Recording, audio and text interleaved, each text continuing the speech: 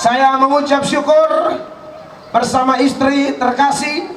Kami ada di Kabupaten Biak Numfor, semua karena perkenanan Tuhan, rencana Tuhan yang begitu dahsyat dan luar biasa. Saya tiap kali ada di tanah Papua atau Papua Barat atau seluruh Papua ini, saya selalu menyaksikan bagaimana saya ada di sini karena kerinduan saya. Di awal pertobatan saya masuk sekolah teologi dan saya rindu Tuhan. Saya rindu suatu saat menurut waktu Tuhan Allah bawa saya khotbah di tanah Papua. Dan sudah beberapa kali saya berkhotbah di Papua, di Mimika, di Tembagapura, di Sentani, Jayapura, Sorong, Manokwari. Dan hari ini untuk pertama kalinya saya ada di Kabupaten Biak Numfor. Saya percaya Allah turut bekerja. Saya ada dengan satu tujuan, memberitakan nama di atas segala nama, nama yang berkuasa, di mana firman Allah berkata akan ada waktunya setiap lutut bertelur, semua lidah mengaku bahwa di kolong langit ini tidak ada nama lain yang olehnya orang bersoleh selamat kecuali nama Yesus Kristus Tuhan. Dan saya bersyukur tema KKR kita adalah KKR Shalom Biak 2023. Informasi yang saya dapat dari panitia, KKR sebelumnya juga bernama KKR Shalom. Dan itu luar biasa, saudara-saudara. Saya bersyukur untuk kesempatan yang berharga ini. Sebagian bapak mama mungkin hanya melihat kami di media, dan hari ini kami ada di tengah-tengah bapak mama. Mungkin juga selain saya berdoa supaya suatu saat saya ada di tanah Papua, di Biak, mungkin ada beberapa orang Biak yang juga berdoa kalau bisa Tuhan tolong Pendeta Melatok datang. Dan ini waktu Tuhan untuk firman Allah disampaikan. Dan saya percaya di mana ada kebenaran, di mana firman Allah diberitakan, di sana Allah memerdekakan setiap hati yang terbuka. Amin, saudara-saudara. Sudah siap menerima berkat lebih lagi? Tepuk tangan sekali lagi yang meriah bagi Tuhan Yesus. Saya akan membacakan satu ayat dalam pembukaan khotbah ini. Ayat itu terpilih dari Injil Yohanes pasal 14 ayatnya yang ke-27.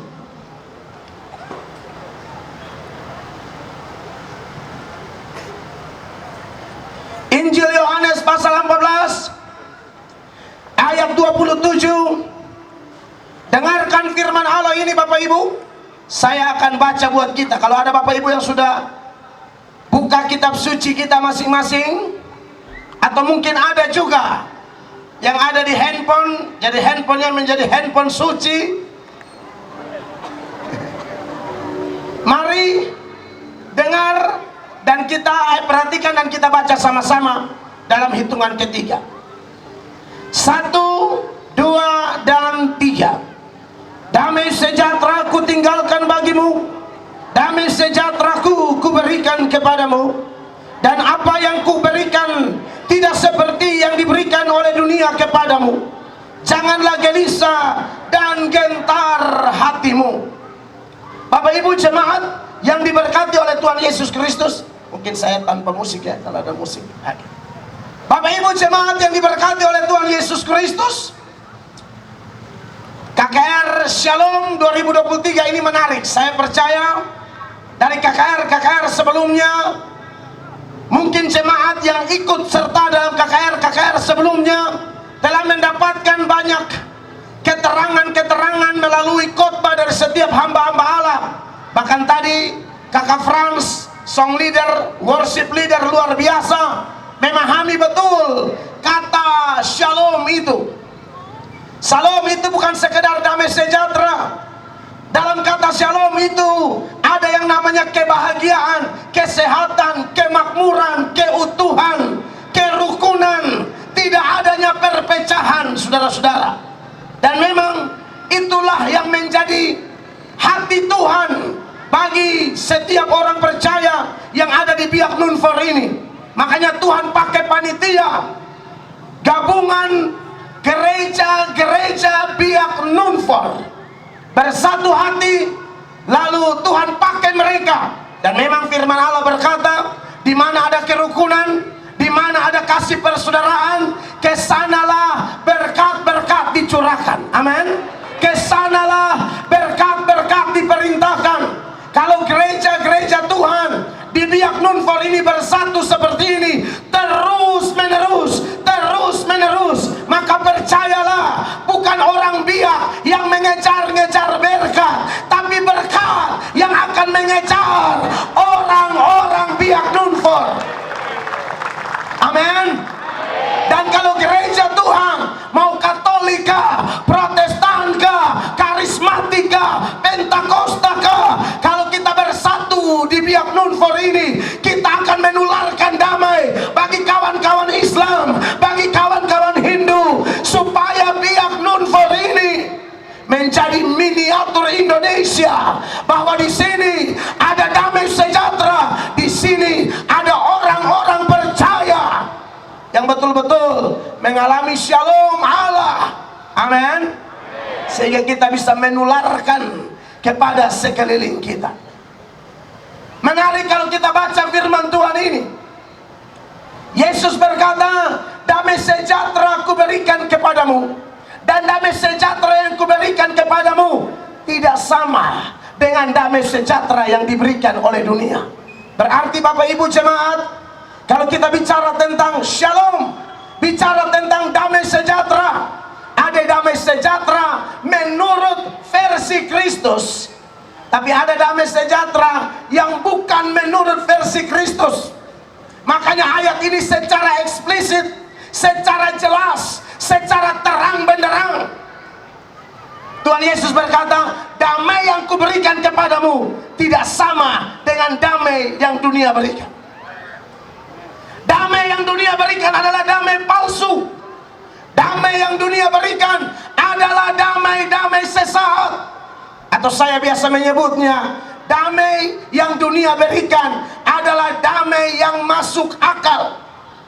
Kalau damai yang Tuhan berikan tidak masuk akal, lari lewat akal, alias melampaui akal. Makanya kalau Anda baca bagian firman dalam Filipi pasal 4, Filipi pasal 4 ayatnya yang ke-7, di sana ada damai sejahtera jenis atau versi Tuhan Yesus Kristus, yaitu damai yang melampaui segala akal. Nanti istri saya akan bantu membacakan ayat tersebut. Perhatikan. Filipi 4 ayat 7. Iya. Damai sejahtera Allah yang melampaui segala akal akan memelihara hati dan pikiranmu dalam Kristus Yesus. Iya. Damai sejahtera yang apa Bapak Mama? Melampaui segala akal, akan memelihara hati dan pikiran saya dan Bapak Ibu terkasih di dalam Kristus Yesus. Kalau damai dunia, damai yang bagaimana? Masuk akal. Damai yang masuk akal itu begini Bapak Ibu terkasih. Kalau semua keadaan baik-baik saja, lalu kita menjadi damai, itu namanya damai masuk akal. Kita tidak sakit apa-apa, selalu sehat, segar, lalu kita merasakan damai, itu namanya damai yang masuk akal. Kalau kita sehat, lalu kita semangat melayani, itu namanya damai yang masuk akal. Saya tidak tanya Kakak Frans tadi, Kakak Frans itu sakit apa, tapi saudara bisa lihat kondisi beliau. Dalam kondisi seperti itu, kondisi sakit seperti itu, Kakak Frans anak Biak asli mau kasih tunjuk kepada semua yang ada di sini, kalau selama ini Anda melayani Tuhan, tunggu dalam keadaan sehat. Malam ini Allah permalukan kita dengan Kakak Frans yang walaupun ada sakit tertentu di dalam tubuhnya, tapi dia mau kasih tahu bahwa damai yang melampaui segala akal, mau sakitkah, mau sehatkah, mau untungkah, mau rugikah, Yesus tetap dipuji,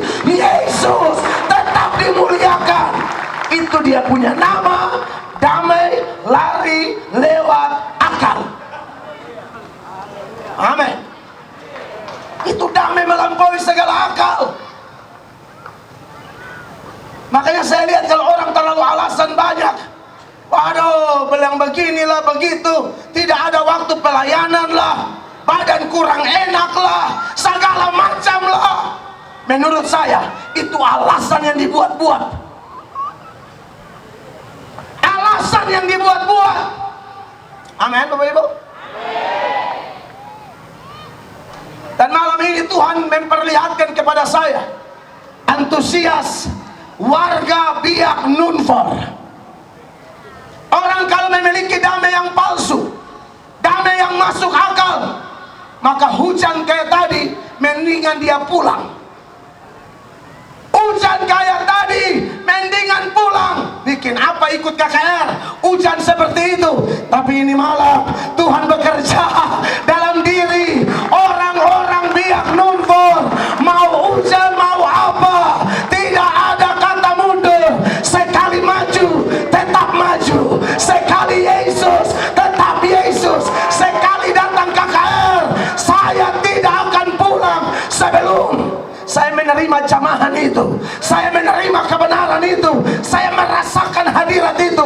Kalau dalam hadiratnya engkau akan melihat sesuatu terjadi malam ini.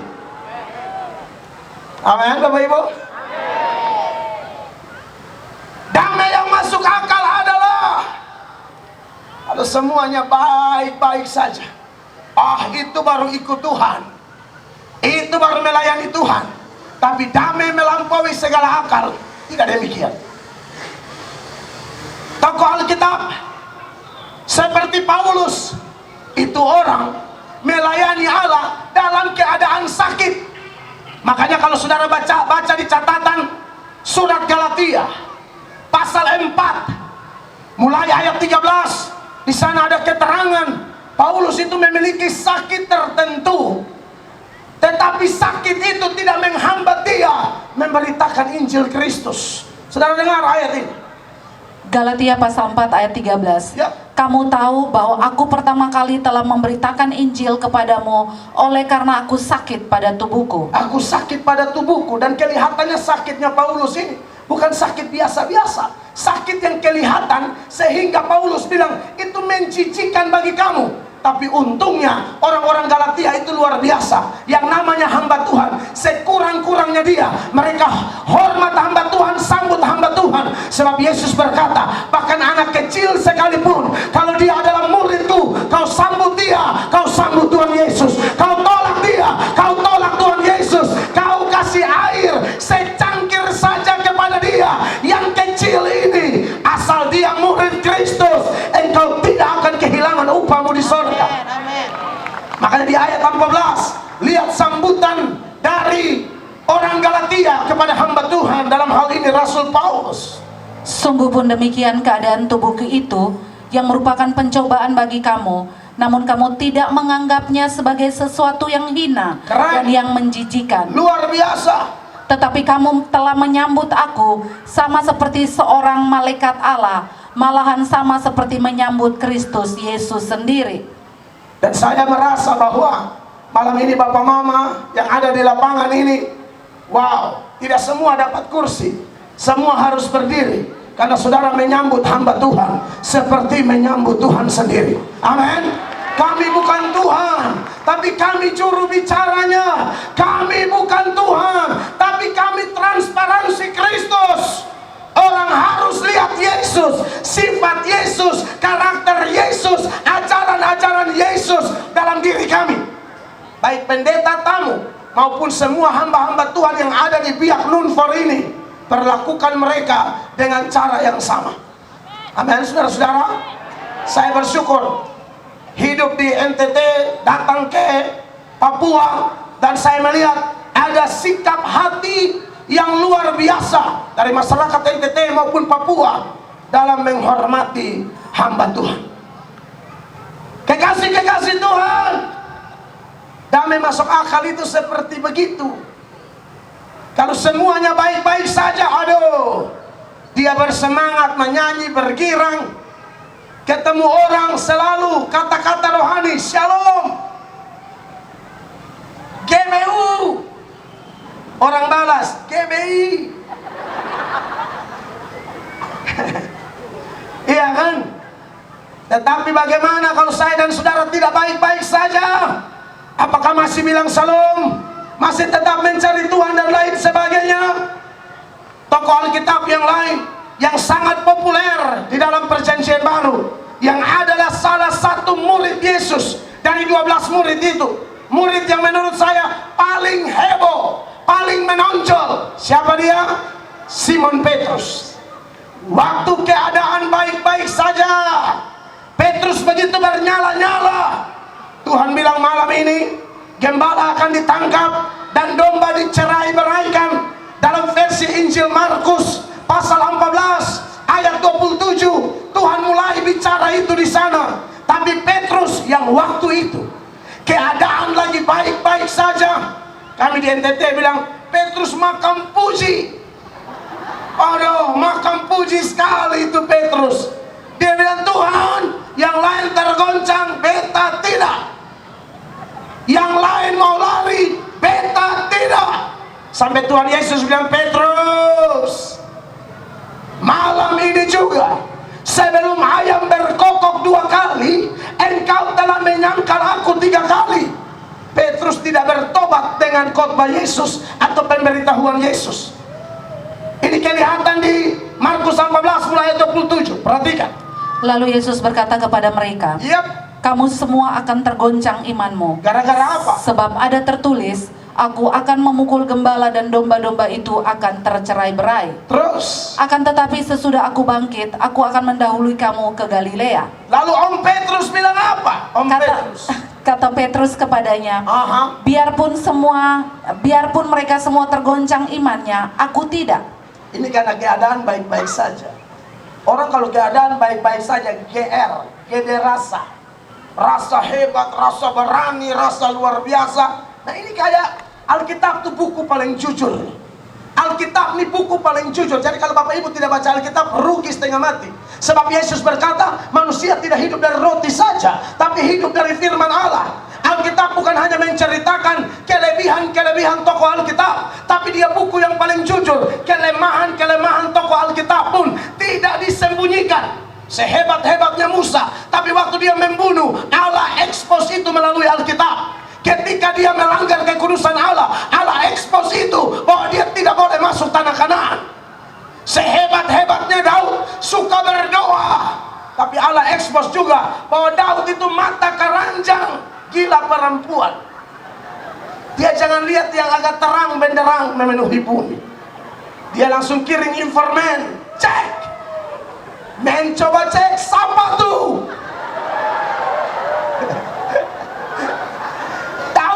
Daud tidak bisa lihat yang kinclong-kinclong. Kalau oma-oma lansia, Daud tidak pusing. Tapi kalau janda, kuteks, merah, kuning, hijau di kuku kaki dan kuku tangan, Daud bilang cek. Siapa punya tuh? Eksekusi. Ada bapak-bapak model Daud di biak. Kalau memang ada bapak-bapak model seperti Daud di biak, yang istrinya bertanya, Papa masih sayang mama kah? Papa bilang, Mama, orang lain punya bini saja Papa sayang kok, apalagi mama. Bapak begini kalau di laut, dia punya nama ubur-ubur. Kena di mana? Gatal di situ.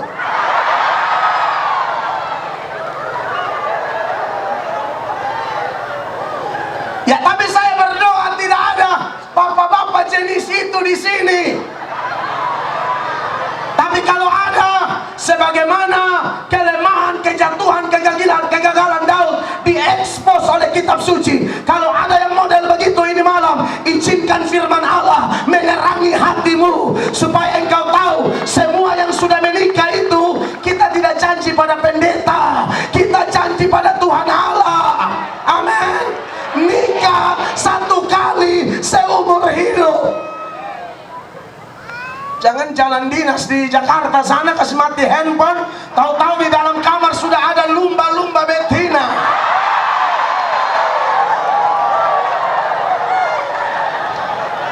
Tapi pejabat-pejabat di Biak nih saya rasa baik. Tidak ada, amin.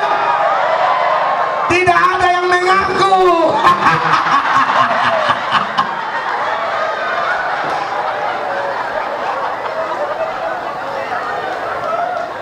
Tapi kalau ada pun sudahlah, yang jatuh bangkit, amin. Yesus berkata binatang saja tidak akan jatuh di lubang yang sama. Jadi kalau ada bapak-bapak yang jatuh di lubang yang sama, binatang lebih baik dari bapak. Oh iya, sorry to say, saya hamba Tuhan Yesus, jadi ngomong apa adanya. Paulus berkata dalam Galatia 1 ayat 10, ayat itu mengatakan bagaimana sekarang? Adakah ku cari kesukaan manusia atau kesukaan Allah? Kalau aku masih mau mencoba mencari kesukaan manusia, sesungguhnya aku bukan hamba Kristus. Supaya jangan kelihatan asal bunyi, tolong baca dulu Ibu. Jadi bagaimana sekarang? Adakah ku cari kesukaan manusia atau kesukaan Allah? Adakah ku coba berkenan kepada manusia? Sekiranya aku masih mau mencoba berkenan kepada manusia, maka aku bukanlah hamba Kristus. Jadi saya berdoa biar pejabat-pejabat di Papua ini rendah hati. Amin. Lebih baik Tuhan togor pakai khotbah daripada pakai KPK.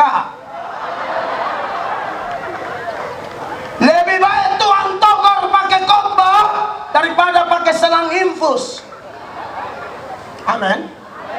Lebih baik pakai khotbah daripada pakai kejaksaan. Kan beda toh pejabat zaman Firaun dan zaman sekarang. Zaman Firaun masuk penjara dulu, keluar baru jadi pejabat. Siapa? Yusuf.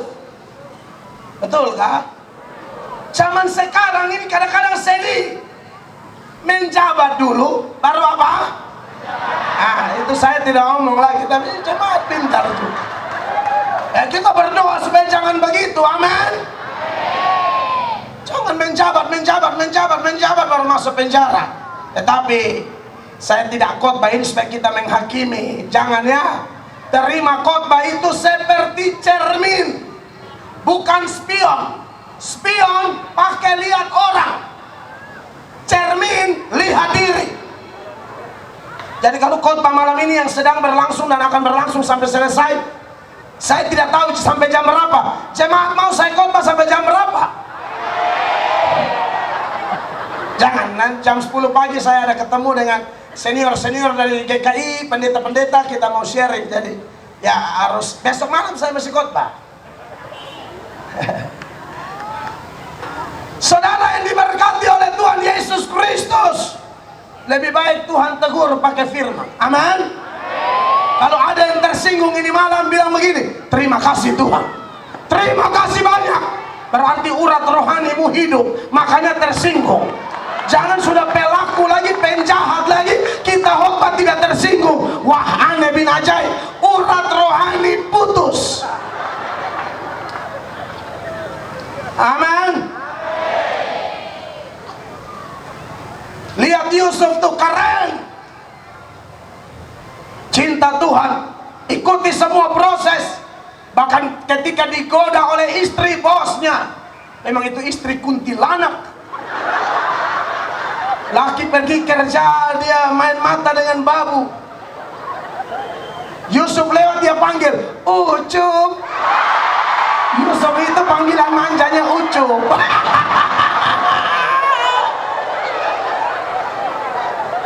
Ucup, godain tante dong.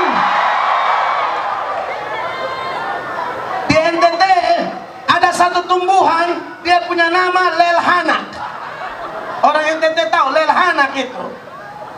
Itu sama kayak ubur-ubur, kena di mana gatal di situ. Saya lihat banyak juga perempuan-perempuan pelakor. Jam 2 pagi SMS suami orang, Om, beta rindu Om pun kumis. Darah Yesus berkuasa. Lu pikir itu kumis tuh pagar stadion?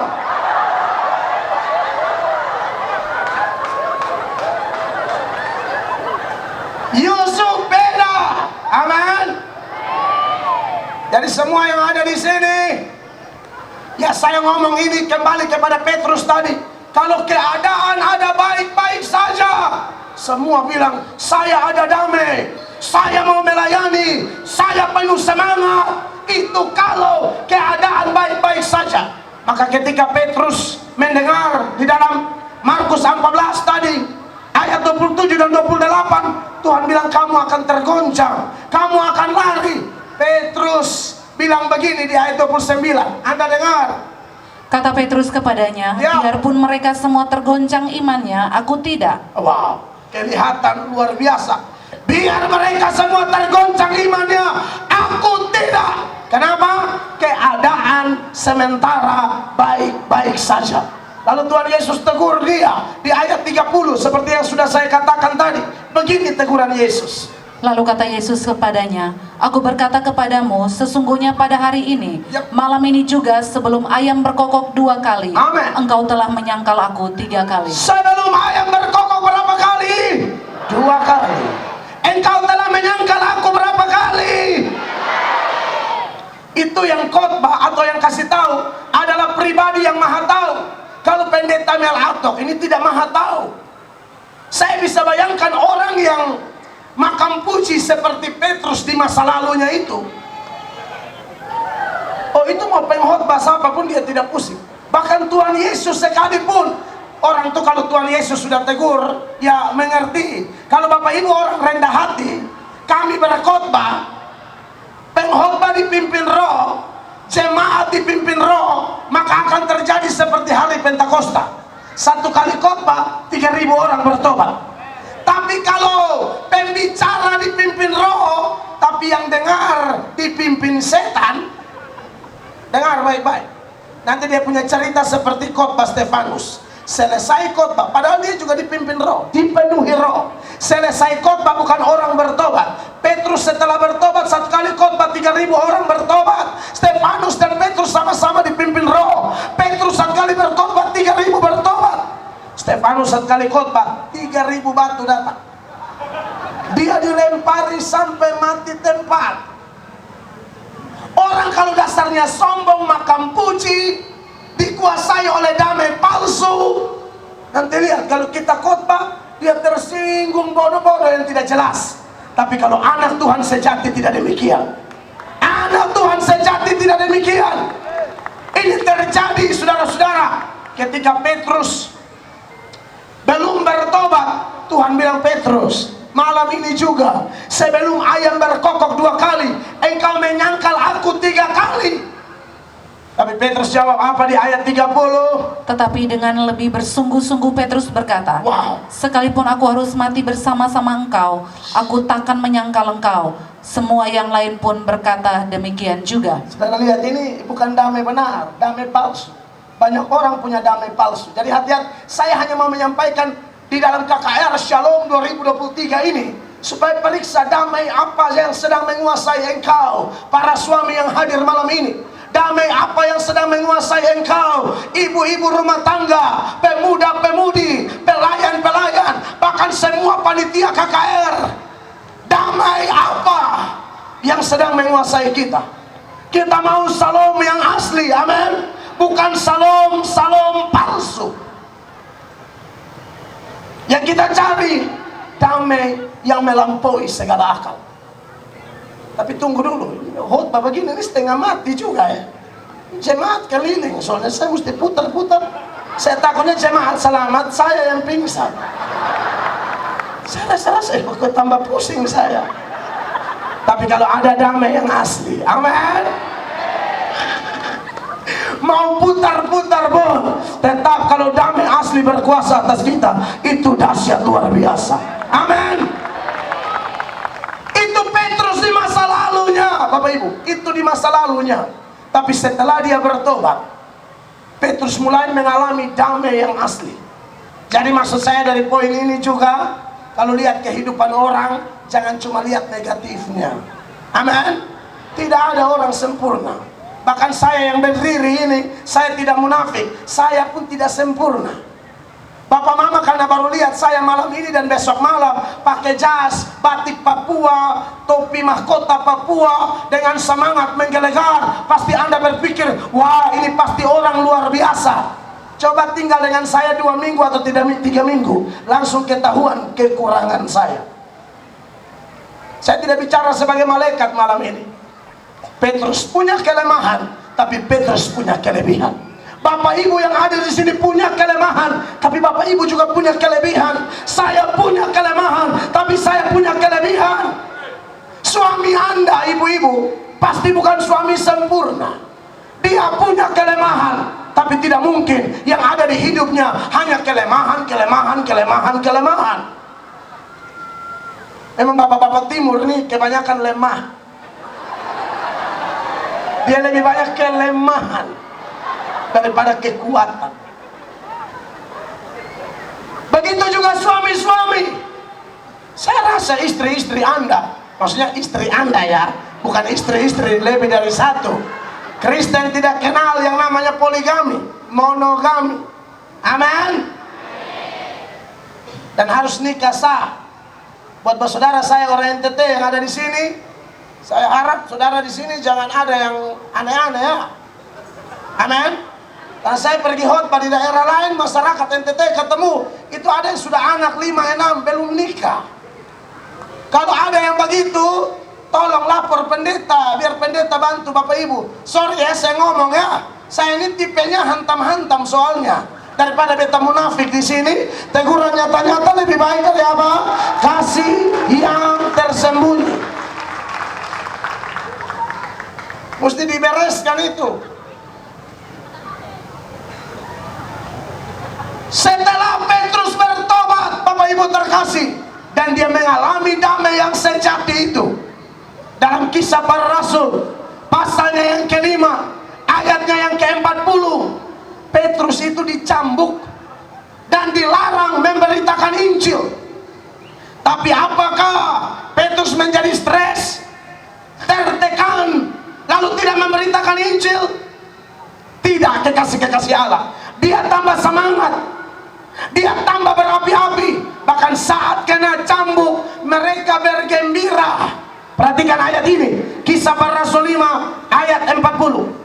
Mereka memanggil rasul-rasul itu, lalu menyesal mereka dan melarang mereka mengajar dalam nama Yesus. Sesudah itu mereka dilepaskan. Menyesal itu, kalau dalam tradisi waktu itu cambuk 40 kurang 1. Jadi cambuknya 39 kali.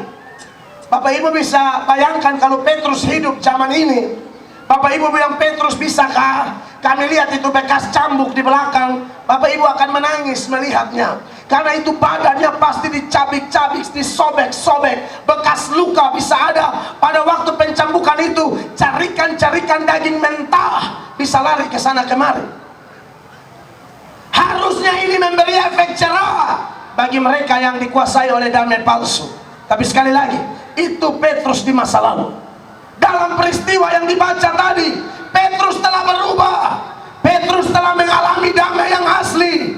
Maka ketika dicambuk seperti itu, diancam seperti itu, kita mau lihat Petrus susah atau senang? Perhatikan. Rasul-rasul itu meninggalkan sidang mahkamah agama dengan gembira. Dengan apa? Dengan apa Ibu? Gembira. Gembira. Saudara lihat itu. Dicambuk tapi gembira. Lalu berhenti pelayanan atau lanjut terus? Karena mereka telah dianggap layak menderita penghinaan oleh karena nama Yesus. Terus. Dan setiap hari mereka melanjutkan pengajaran mereka di bait Allah dan di rumah-rumah orang dan memberitakan Injil tentang Yesus yang adalah Mesias. Dulu dikuasai oleh damai palsu, baru berhadapan dengan perempuan yang bertanya, apakah bukankah engkau pengikut Yesus? Dia langsung menyangkal. Tetapi sekarang setelah dikuasai oleh damai yang benar, Petrus dicambuk begitu rupa, dia gembira dan tidak ada kata mundur. Tapi dia maju terus. 2 atau 3 tahun lalu, saya didatangi oleh polisi di rumah. Dari Polda NTT datang ke rumah saya mau izin. Karena ada isu ada kelompok garis keras yang mau bom gereja-gereja di Kupang. Dan hanya ada satu pendeta yang target akan dibunuh. Saya tanya, siapa? Bapak. Hah? Ini benar. Informasi ini dari Densus 88 turun ke Polda NTT dan sebarkan ke saya. Maka kalau Bapak Ibu ke NTT, ke rumah saya itu security semua 24 jam. Pendeta target dibunuh karena saya suka mengkantar orang-orang intoleran yang ada di Indonesia. Mungkin dengan tujuan tutup saya punya mulut. Kamu stop bicara, kamu target dibunuh. Kalau dari sudut pandang manusia, saya pikiran, saya istri, anak 4 orang, kecil-kecil semua. Waktu istri ada hamil anak keempat. Karena saya berdoa minta anak 4 di Tuhan. Dan saya minta laki-laki semua. Sekarang 4, semua laki-laki. Itu karena Tuhan hebat, bukan saya hebat. Maka saya sebagai manusia pikiran juga. Mereka bilang, Bapak ini serius Bapak. Intel, Bapak target dibunuh. Tapi ketika kita tenang sedikit, baca Alkitab, bergantung kepada Roh Kudus, memohon supaya bukan damai palsu. Karena di situ teruji. Tapi tidak tahu, 1 hari setelah ancaman itu, khotbah saya tambah menggila. 1 hari setelah ancaman itu, saya tambah ribut. Saya bicara tambah ngotot. Saya bicara tambah marah-marah. Marah-marah siapa? Kelompok intoleran. Marah-marah siapa? Pemecah belah. Marah-marah siapa? Alat-alat setan. Saya percaya bukan saya yang berperang, tapi Allah berperang gantiku. Dan saya percaya firman Allah jelas, Allah di pihakku. Aku lebih daripada pemenang. Mungkin mereka bisa bunuh tubuhku, tapi mereka tidak bisa bunuh jiwaku. Tapi dalam Matius pasalnya yang ke-10, ayatnya yang ke-28, Yesus bilang, jangan takut manusia yang hanya bisa bunuh tubuh, tapi tidak bisa bunuh jiwa. Takutlah kepada Allah yang sanggup memasukkan orang ke dalam neraka, baik jiwa maupun tubuhnya. Kita harus lebih takut Tuhan. 28. Dan janganlah kamu takut kepada mereka yang dapat membunuh tubuh, tetapi yang tidak berkuasa membunuh di jiwa. Amin. Takutlah terutama kepada Dia yang berkuasa membinasakan baik jiwa maupun tubuh di dalam neraka. Setan suka pakai alat-alatnya untuk shock terapi kita. Setan suka pakai alat-alatnya untuk ganggu kita. Setan suka pakai alat-alatnya supaya kita stagnan dalam mengikuti Tuhan. Kita hanya jalan di tempat atau bahkan mungkin mundur. Tapi Anda jangan takut. Anda jangan takut. Allah yang kita sembah adalah Allah Immanuel. Immanuel artinya God is with us. Allah beserta kita. Penyertaannya bukan tiap 2 jam. Penyertaannya setiap jam, setiap menit, setiap detik, bahkan setiap helaan nafas kita. Allah ada beserta kita. Engkau sangat berharga. Engkau lebih berharga dari burung-burung di udara. Burung-burung di udara saja tidak mungkin jatuh ke bumi tanpa seizin Allah. Makanya setelah ayat 28 itu, 29 dia bilang begini.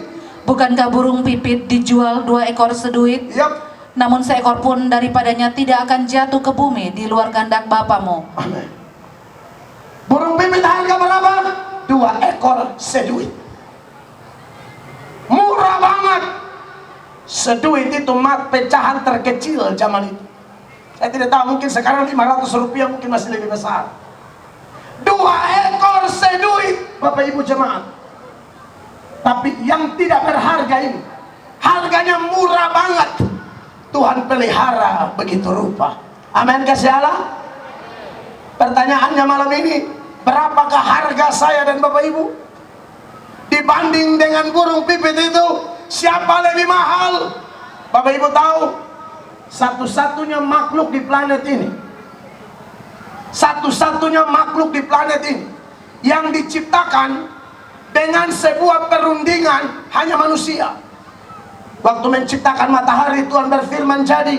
Menciptakan ikan-ikan, Tuhan berfirman jadi. Menciptakan burung-burung tadi, Tuhan berfirman jadi. Tapi untuk menciptakan kita, firman Allah berkata, marilah kita menjadikan manusia menurut gambar dan rupa kita. Makanya Bapak pendoa pembukaan tadi, Bapak Pendeta bilang, kami diciptakan menurut gambar dan rupa Allah. Itu benar. Dan satu-satunya ciptaan yang diciptakan menurut gambar dan rupa Allah cuma manusia. Apa makna diciptakan menurut gambar dan rupa Allah? Maknanya begini. Pada waktu Allah menciptakan kita, Allah memasukkan sifat-sifat Allah, sifat-sifat tertentu ke dalam diri kita. Tidak semua ya. Allah punya sifat, ada yang Allah tidak masukkan saat Allah menciptakan manusia. Di antaranya Allah itu omnipresent, Jehovah Shammah. Allah itu maha hadir. Allah tidak berikan itu kepada kita. Kalau Allah berikan kepada kita, saya KKR di Biak tiap hari juga bisa, tidak usah repot. Saya tutup mata di Kupang, muncul di Biak. Gaya Doraemon aja, pintu ajaib. Buka di dapur, keluar di Swiss Bell. Tapi itu Allah tidak beri, makanya harus naik pesawat. Saya dan istri transit, ya, di hotel, ya, bayar mahal hanya tidur 4 jam. Karena kita terbatas. Ada sifat lain lagi. Allah itu, saudara-saudara, ya, Allah itu selain tak terbatas, Allah itu juga tidak ada yang namanya kelemahan. Kalau kita punya kelemahan, tapi ada sifat-sifat lain yang Allah masukkan dalam kualitas tertentu, lebih rendah dari kualitas Allah. Contoh, Allah itu pencipta, maka Allah menciptakan kita, Allah masukkan sifat itu ke dalam kita. Makanya kita menjadi makhluk kreatif yang punya daya cipta. Tidak ada ayat bilang begini, pada hari kelima Tuhan turunkan mikrofon dan sound system. Ini mikrofon, ini sound system, ini hasil karya manusia.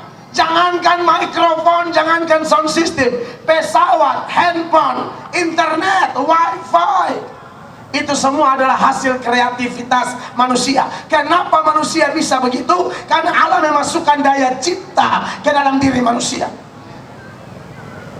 Sifat yang lain, Allah itu kekal.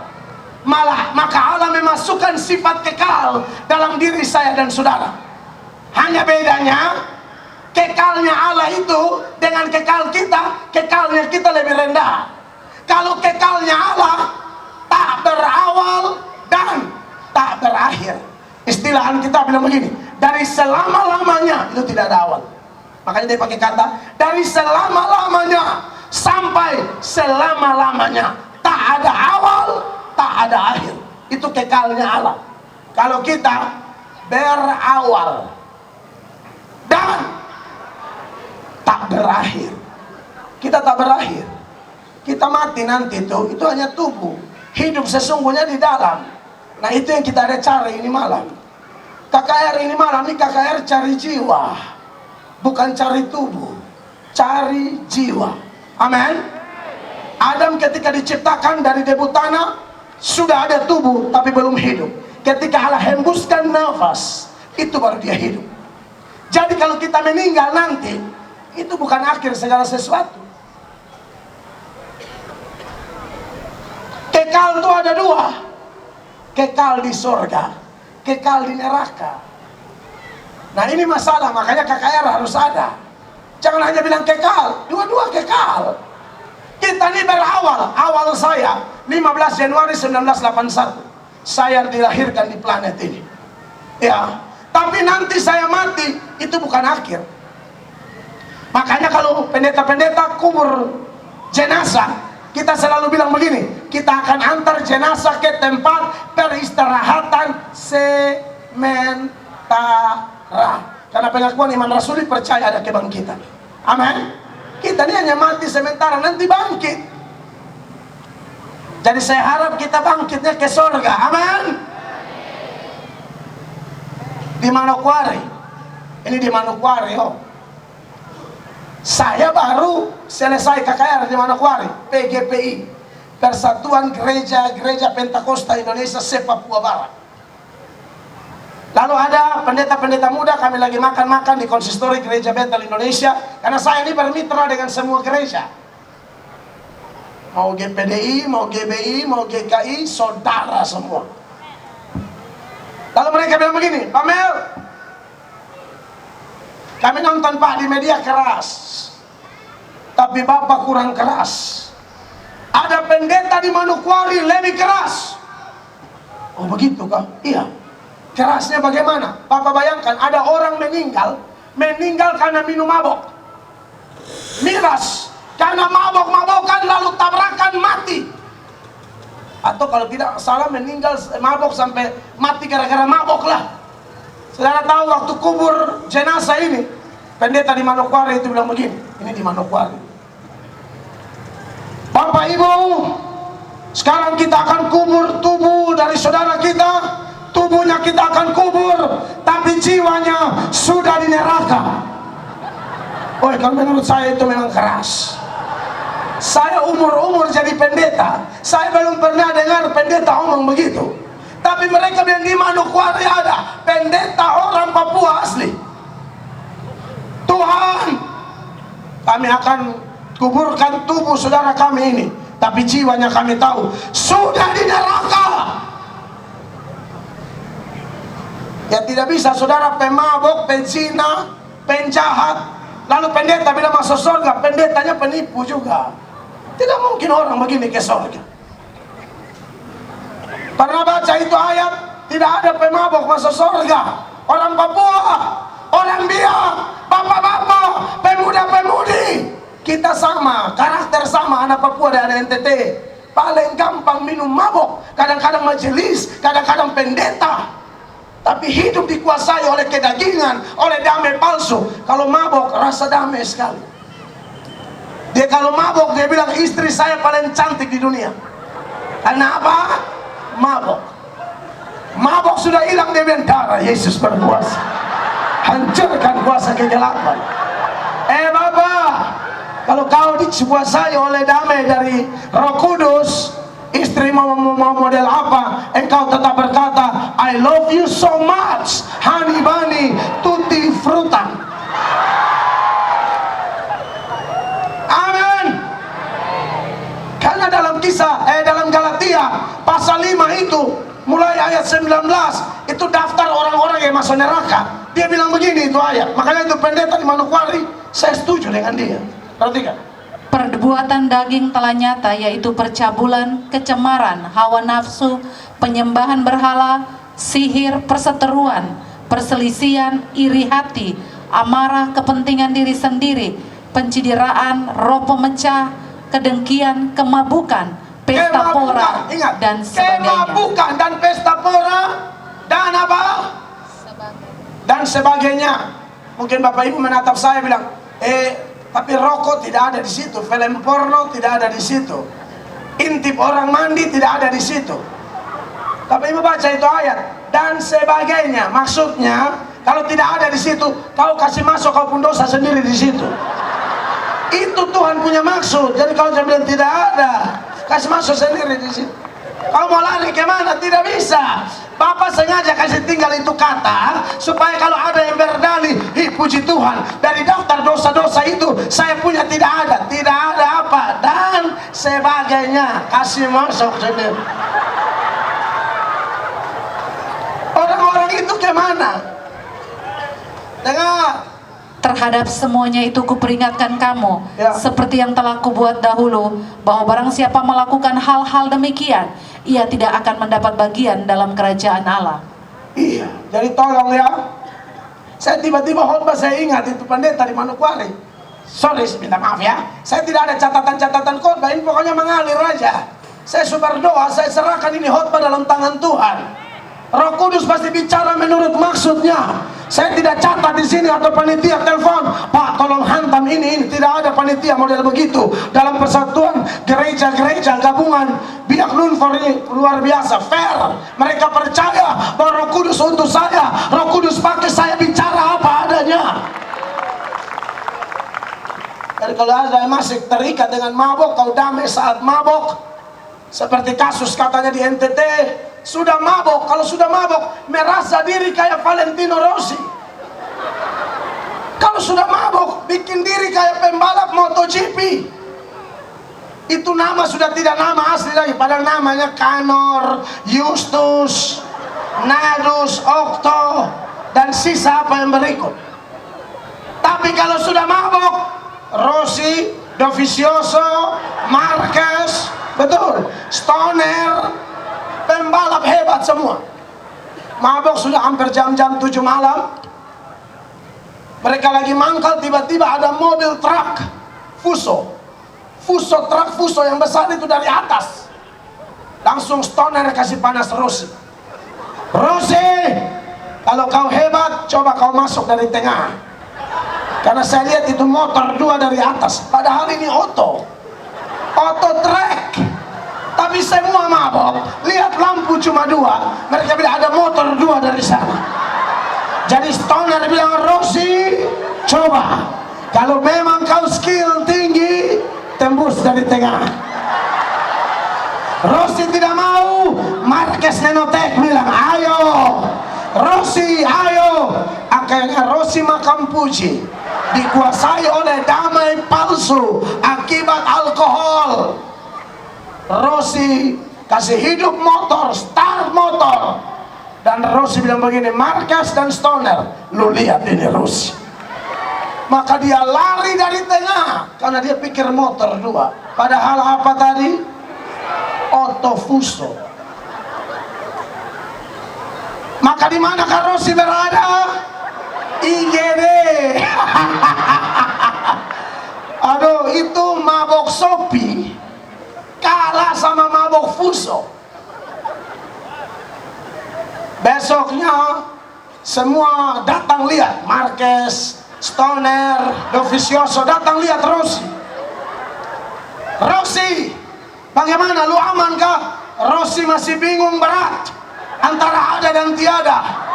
Rossi bilang begini, Marquez, Dovizioso, pakai bahasa Kupang, beta aman sah. Beta aman, pasang tahu beta tetap Rossi beta aman. Tapi beta mau tanya dulu, itu 2 bagaimana? Marquez bilang, 2 apa bodoh, itu auto. Dia pikir itu motor, mabok belum hilang. Bapak Ibu jemaat terkasih, Simon Petrus dulu dikuasai damai palsu. Saya tidak tahu damai palsu apa yang menguasai kita.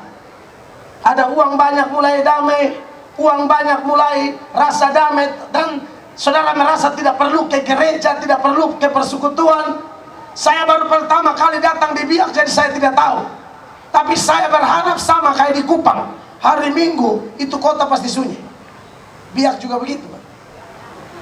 Semoga saja di Kupang, NTT, hari Minggu pasti sunyi.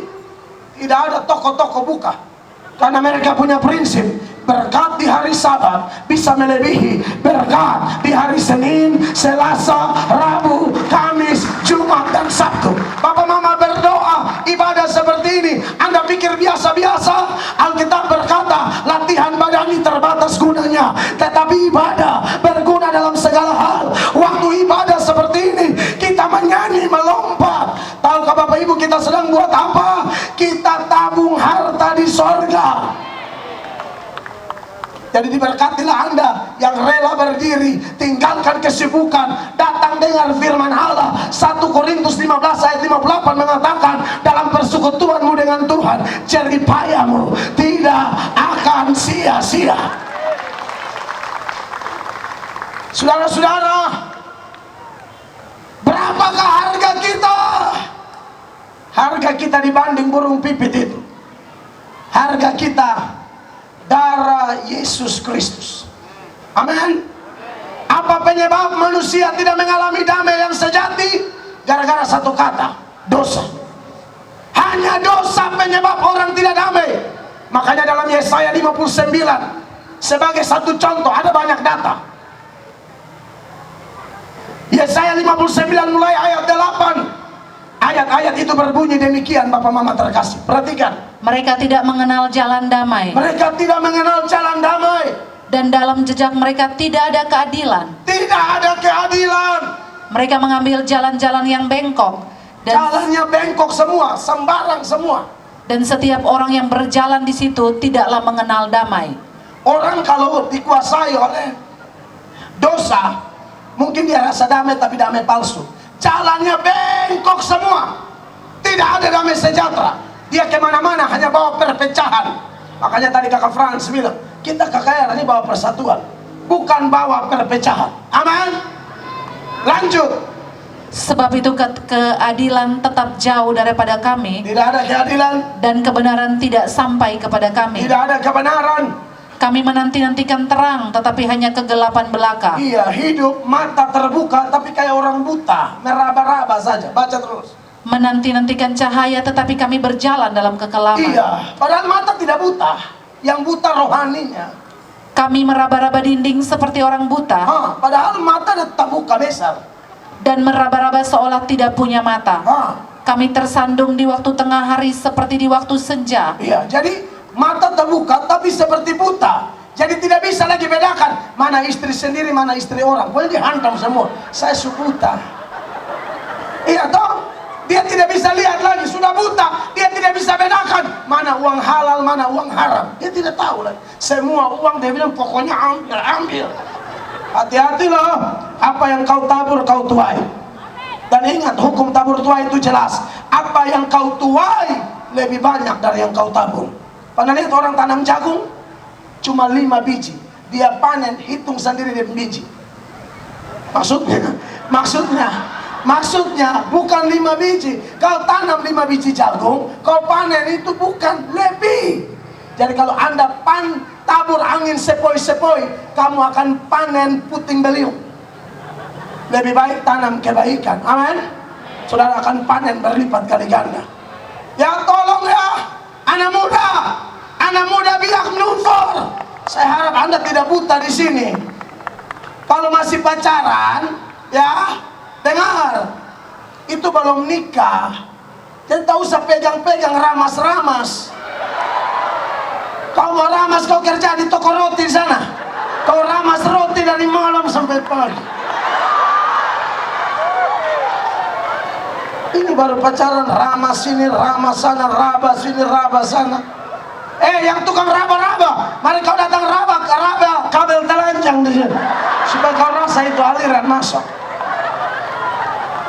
Belum nikah, pendeta ini semua Pak Saudara ya, belum nikah, pacaran seperti Yusuf dan Maria.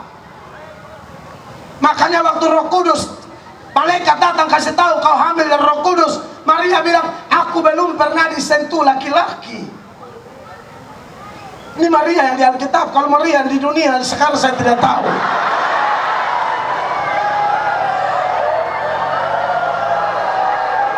Itu laki-laki sentuh sampai koreng. Tolonglah, jangan buta. Aman. Kalau nyong minta cium, suruh dia cium salon di terpal biru. Jaga, kau ingat kau punya mama perempuan, kau punya adik, kau punya kakak ada yang perempuan. Aman. Tapi kalau sudah buta, habis saudara-saudara. Awalnya enak, nanti nyong lari, cowok lari kasih tinggal, baru dia kaget. Terus duduk di tempat gelap seperti orang mati.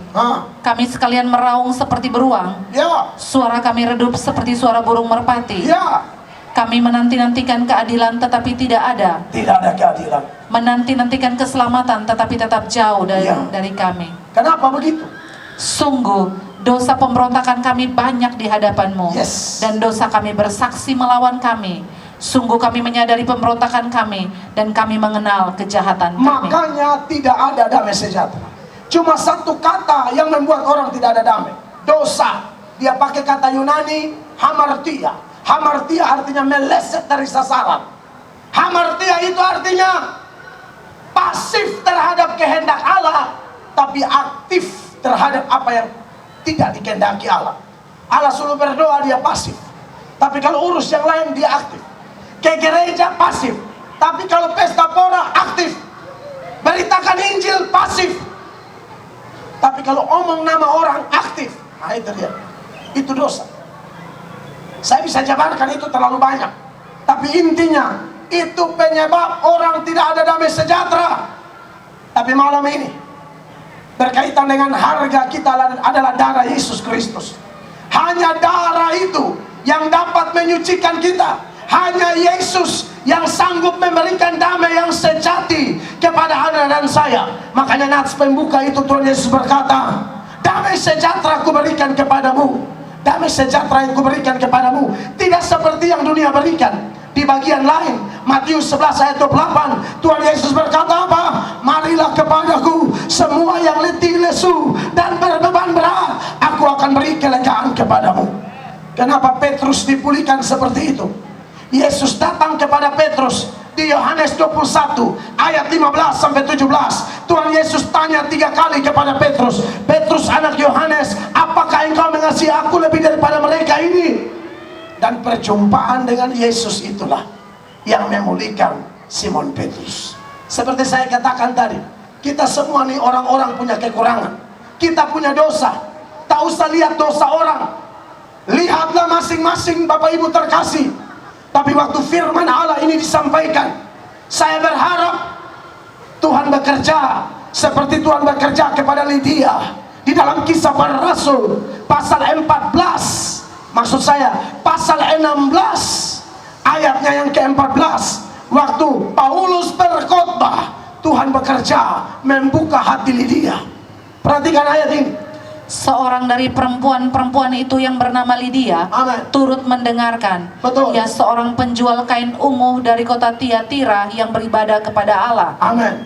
Tuhan membuka hatinya sehingga ia memperhatikan apa yang dikatakan oleh Paulus. Tuhan membuka hatinya sehingga ia memperhatikan apa yang dikatakan oleh Paulus. Besok malam saya akan lanjut khotbah. Ini jam berapa sekarang? Jangan. 9:30. Jangan. Khotbah harus ada saat berhenti juga. Begini Bapak Ibu terkasih, kita semua orang berdosa tidak layak. Kita semua orang kotor tidak layak. Tapi tahukah Bapak Ibu, harga Bapak Ibu untuk bayar kita harus bayar pakai darah Yesus. Kita tidak bisa bayar pakai rupiah, dolar, tidak bisa. Harus bayar kita pakai darah Yesus, darah yang sangat mahal. Saudara bertanya, apa yang paling berharga di dunia ini? Jiwa kita. Makanya di dalam Mazmur 49 itu, ayat 8 dan 9, di sana firman Allah berkata demikian. Perhatikan, Mazmur 49 ayat 8 dan 9. Tidak seorang pun dapat membebaskan dirinya atau memberikan tebusan kepada Allah ganti nyawanya. Amin.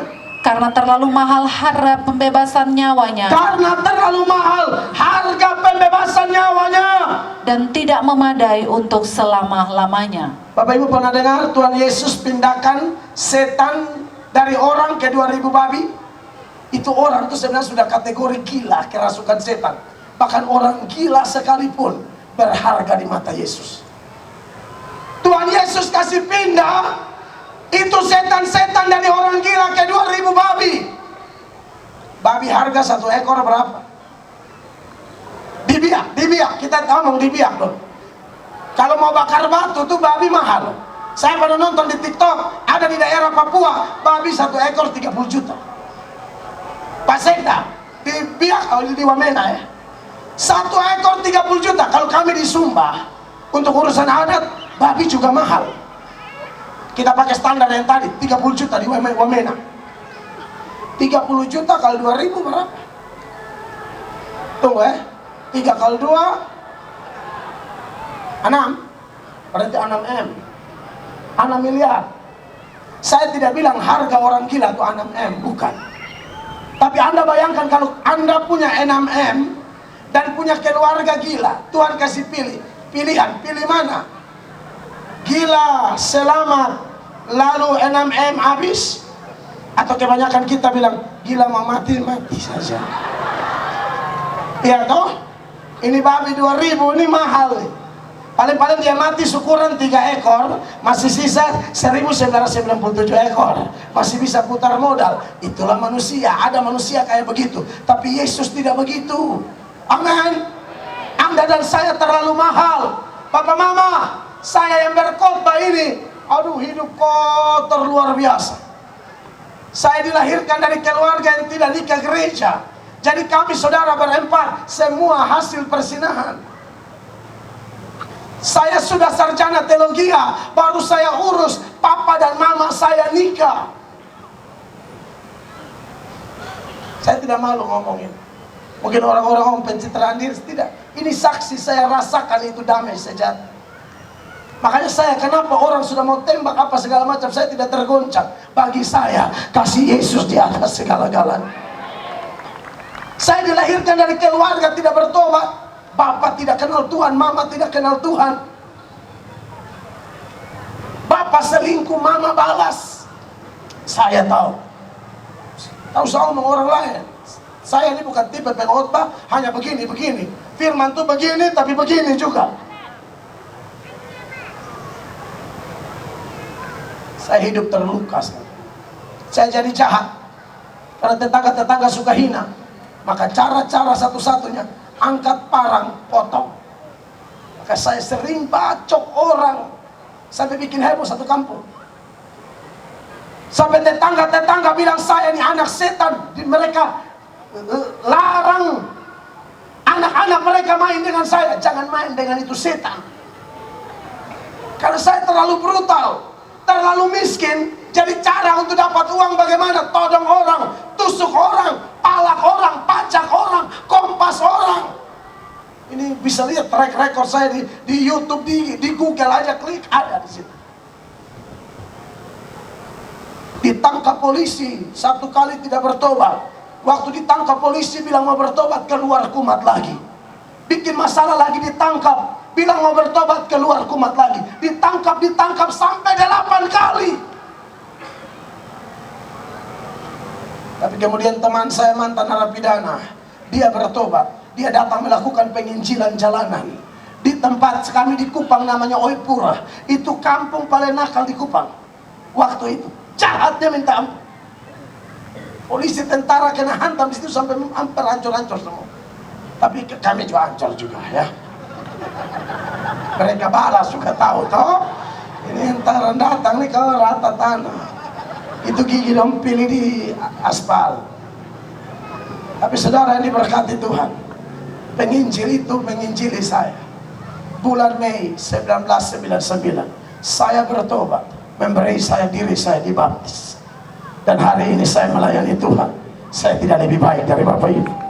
Saya dituduh, dimaki apa segala macam, tapi sampai hari ini tidak menggeser semangatku. Kenapa? Karena damai yang melampaui segala akal itu datang kepada orang-orang berdosa yang mau datang kepada Yesus. Apakah malam ini ada Bapak Ibu yang Tuhan bekerja dalam diri Anda sehingga dia buka hatimu seperti dia buka hati Lydia? Kalau sampai engkau datang serahkan diri malam ini, pasti bukan karena saya, pasti bukan karena saya. Yohanes 6 ayat 44, ayat itu mengingatkan kenapa orang bisa datang dan menyerahkan diri kepada Yesus. Ini jawabannya.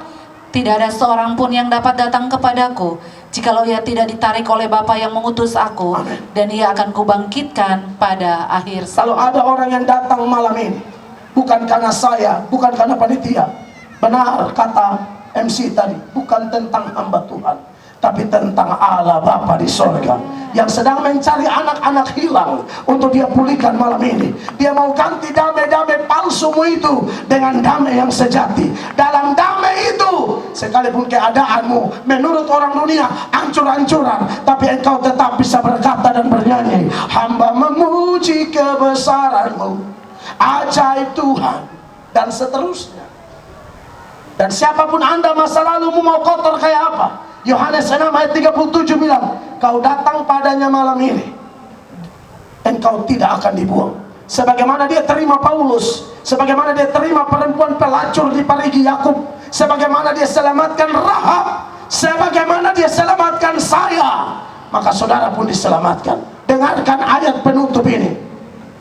Semua yang diberikan Bapa kepadaku Amin. akan datang kepadaku, dan barang siapa datang kepadaku, ia tidak akan kubuang. Siapa yang datang pada Yesus malam ini, Tuhan tidak akan buang engkau. Engkau berharga di matanya. Beri tepuk tangan yang meriah bagi Tuhan. Mari kita berdiri bersama-sama. Saya selesai. Tuhan mau pulihkan. Besok saya lanjut, Bapak Ibu terkasih. Mari kita berdiri semua.